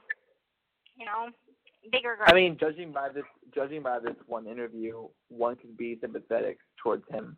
Yeah. But when I take into account a lot of the other details that I haven't forgotten, like the abuse, the physical, verbal abuse that he put you through, and the kind of person he was, like, kind of sexually demented and just demented as a person altogether, and the things that he said. I mean, in the documentary, they kind of explore that a little bit more. The things that he said and did to you were pretty abusive and pretty manipulative on his own. So taking all of that into account, I don't really feel that bad for him, because I still think that it takes a certain screw to be loose mentally to be able to do what you did. I understand you might have good reasons, you know, as to why you did what you did or whatever. You know, I'm sure a lot of people that commit the same crime he did had reasons as to why they thought it was justified. You know, like, everybody has their reasons. Nobody just fucking does what they do, what he did, for no reason. Everybody's got reasons as to why they think it was okay or why they think it was justified or whatever. And so taking all that into account, it's still hard for me to sympathize for him. I understand that he may feel bad for what he did now, but there are millions of people who are in his situation that feel bad for what they did. And is it because they actually feel bad for what they did, or is it because they feel bad because they're in jail now and they are forced to be confronted with what they did is what they did? Now, I can't speak for him. I have no idea what's going on in his head. I mean, you can watch the interview and you can agree with what he's saying or disagree with what he's saying. I don't know. I don't know. Or but he could even be coached into saying these things from his attorney. I don't know. For sure, absolutely. Because I mean, it's why I separate you from him in such a huge degree. It's because it's one thing to ask somebody, and it's one thing to physically carry out the deed. And in order to do that, I just don't think that, you know, wanting to set you free from this abuse is enough reason to actually do that. Because when I think about myself, I think I'm pretty. I mean, I don't have autism. I have no idea what's going on in his head. Obviously, we have different heads. But if it were me and I was the Nick at the time, I would have just come and picked you up and taken you out of there in the dead of night, and we would have just never looked back, and we would have figured something out. I would have coached you out of it. I would have coached you out of these ideas. This is what a normal person would have done. Obviously, there's something wrong with him that went along with it, agreed to it, even provoked it to do it that way. I think a part of him wanted to do it. Just judging off the text messages that I saw, the text evidence, all that, there was something within him that was fascinated by doing that. So I think that now his only card that he has left to play is still bad for me. The still bad for me card. So now he's going to, say, oh, I was manipulated, and oh, I just wanted to set her free, and oh, I just wanted her to be happy, and this and that, because he wants the public to sympathize for him and the jury to sympathize for him. That's what I honestly believe, because there was plenty of time for him to think this through. It wasn't like it was on the day of that he just decided, okay, let's do this. It was weeks and weeks and weeks of him thinking about it, planning it and giving you the details. And so because of that, I can see through that bullshit mask that he is playing the sympathy card and the victim card, and that he's the one that you should feel bad for, and blah, blah, blah, because that's all he has left. He's got no other thing. He's got nothing else to play. And he's hoping for a life sentence. Responsibility for what I've done, too, because I'm not Well, I know you do, babe. I know you do. Oh, no, it's all him. It was totally all him. It's not. I know that. I know that, I know that. I know that it's not all him. I understand that you had a piece of it as well, but I think that your reasoning and your understanding of it was totally different than his was, and that's why I can't put you and him in the same light, because after studying multiple sides and reports and videos and articles and documentaries and TV shows and everything I've seen, nothing has swayed me, because I can imagine what it's like to be where you were, because you were the actual victim of the situation by the hands of your mother, and I just believe that he had different motives than you did, and it's why I can't group you two together. It's why the courts couldn't group you two together. That's why you guys weren't tried the same, because you both just had totally different situations and circumstances as to where your heads were at when you decided that this is the best option.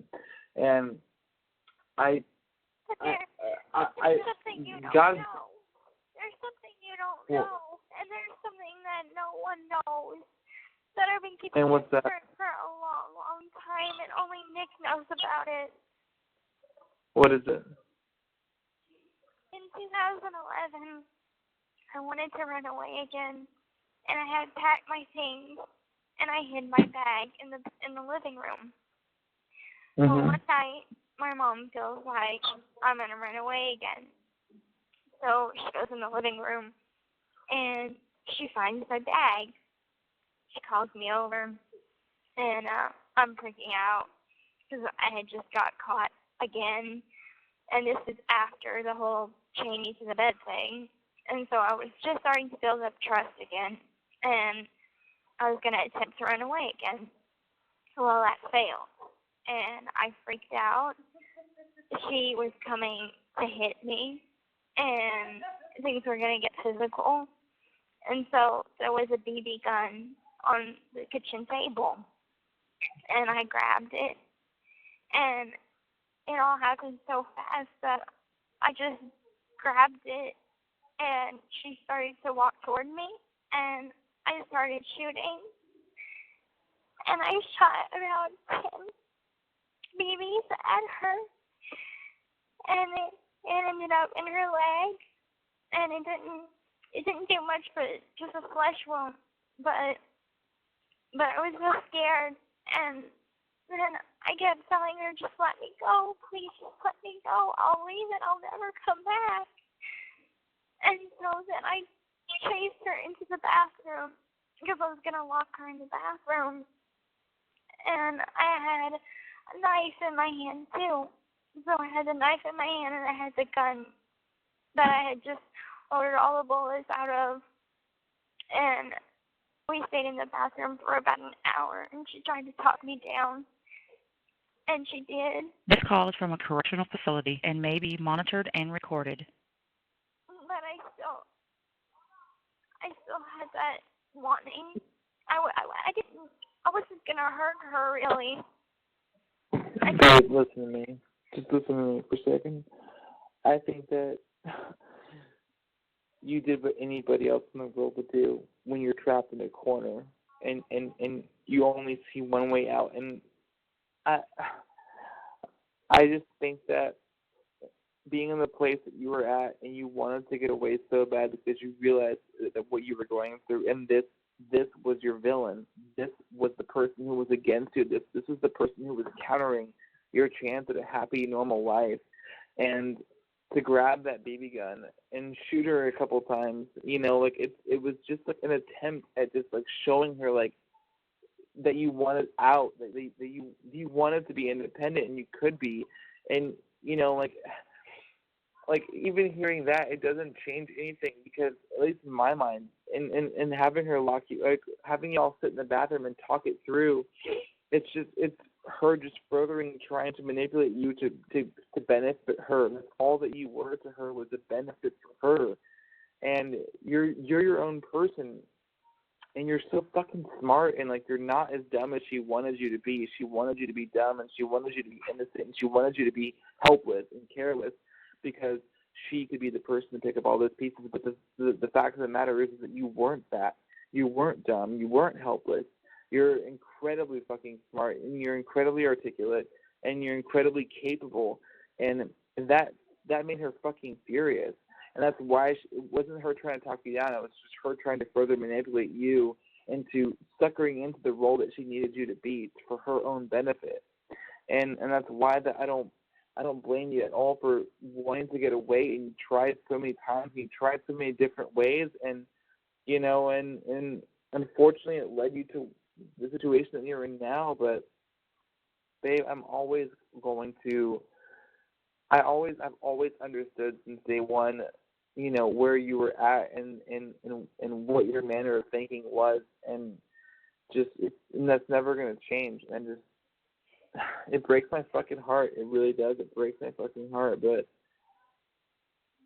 just know that, like, I understand. I really do understand. I really do get it. And I just wish that things could have been different, but I'm happy that it's over, somewhat, anyway.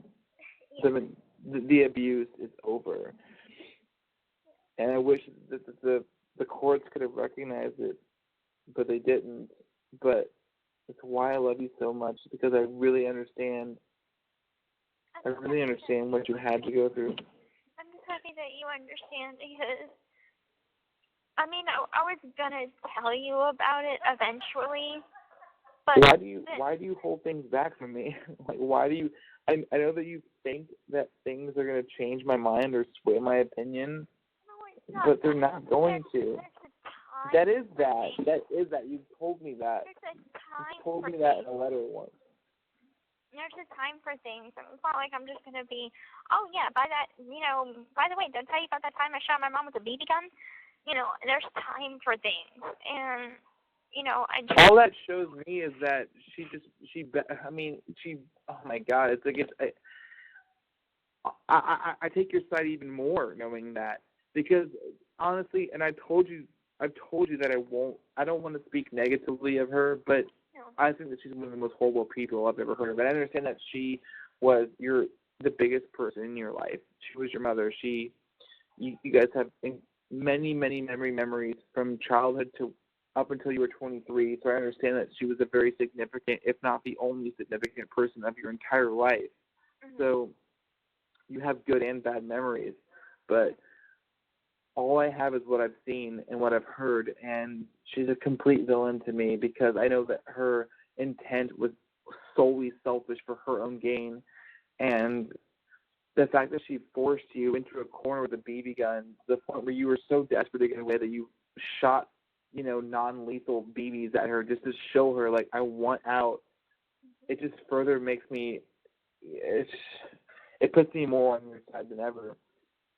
I just wish there was something I could have done. I wish I could have known. I wish there was something that somebody else could have known or somebody else could have done. Like, how did this go on for this long? How did nobody notice? How did nobody take account? How did these doctors get away with this? How did all of this happen? Like, it's so fucked up. It's so fucking fucked up. Have you and ever it blows seen my the movie? fucking mind. Have you ever seen the movie Lemony Snicket's A Series of Unfortunate Events? Yeah. Doesn't it remind you of that? Like one thing after another. Just one thing. Yeah. Yeah, just no happy ending. But I mean, I think that the worst is over, babe. The worst is over. You survived and you made it through the worst, because odds are if things would continue the way they did, I wouldn't be here talking to you today. Like, I mean, who knows how things would have turned out, but you were a slave to her, and you got rid of your captor. I think that the good girl prevailed, and the villain got what she deserved. And it's hard for me to admit that to you, because I understand you have ambivalent feelings about it, but I know. This is my perception. I know. And you're just saying that because you've known me, for almost a year, so you know how my personality is, you know who I am as a person. And, I mean, God, if someone would do that to you, I'd be highly, highly freaking hateful towards them, too. So, I get it, Yeah. But things are just, they're better now. And I thank God every day. Like, I know it's so freaking cliche, I found religion in freaking prison. But, I mean, I was always religious, though. But it's like my faith really, really was restored whenever I got blessed with a second chance. Because I felt, how awful would that be? Lock me away for the rest of my life after everything that I've been through. And it feels like I've spent my whole life just fighting to get out of a cage, fighting to be free.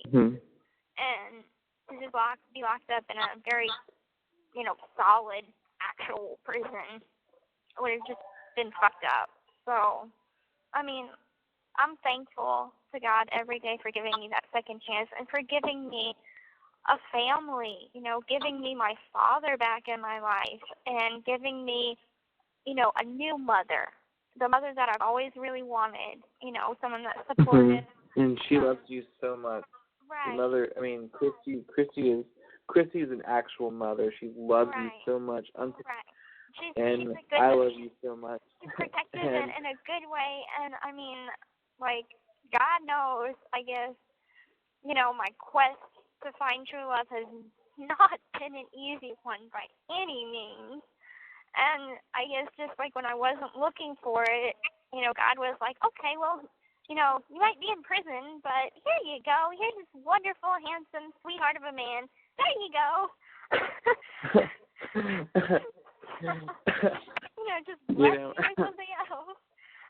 It's so funny because it's the same for me. It's like I wasn't looking for anything, for a long time, and then here you come, and it's just like I think that you're just such an amazing, amazing person, and you've touched me in ways that nobody else has, and I couldn't be happier to know that we have a future, even with the obstacles and everything. Like I just know that it's gonna be great. I don't even look at it. I look past all that, and we're gonna make it the best that we can. And I love you so much, and I'm always gonna be here. Even though you send me letters sometimes saying that you wonder if things are gonna change my mind or like sway my opinion or something. And I'm like, are you fucking kidding me? Are you fucking kidding me? No, absolutely not. I've heard all there is to hear. I've seen all there is to see. And 110% of the time, I'm always on your side. And I stand with you hand in hand, side by side, because I understand what you had to do and what you had to endure. And we can just put all that in history and look forward to a brighter future. And that's all that matters. It's what's ahead, not what's behind you, but what's ahead of us. And you did the same for me. You did the same for me. You look past all my negative history, and that's why I love you so much. You're perfect. You might think that you're just a normal guy, but you're perfect in every way, not just the sense of perfect to me, but you're perfect in general too. Like, I don't think you realize how amazing you really are. I'm serious. So. Oh, you're talking too much. You're talking too much. Hey, you said that you liked it when I talk. But no, I'm serious. I like your voice. I'm serious. You have been such a blessing in my life, and I know I sound like a broken record when I say that, but I'm serious. I'm like, does he honestly know that there's, like, every guy that I've ever met has been, like, such a dumbass and lying and deceitful, users, abusers, cheaters, and guys, just creepos. Like, I have never had a good relationship. And there's always just been, it doesn't fit, it doesn't work, this isn't right, it's an infatuation, blah, blah, blah. There's always some reason that it just didn't work.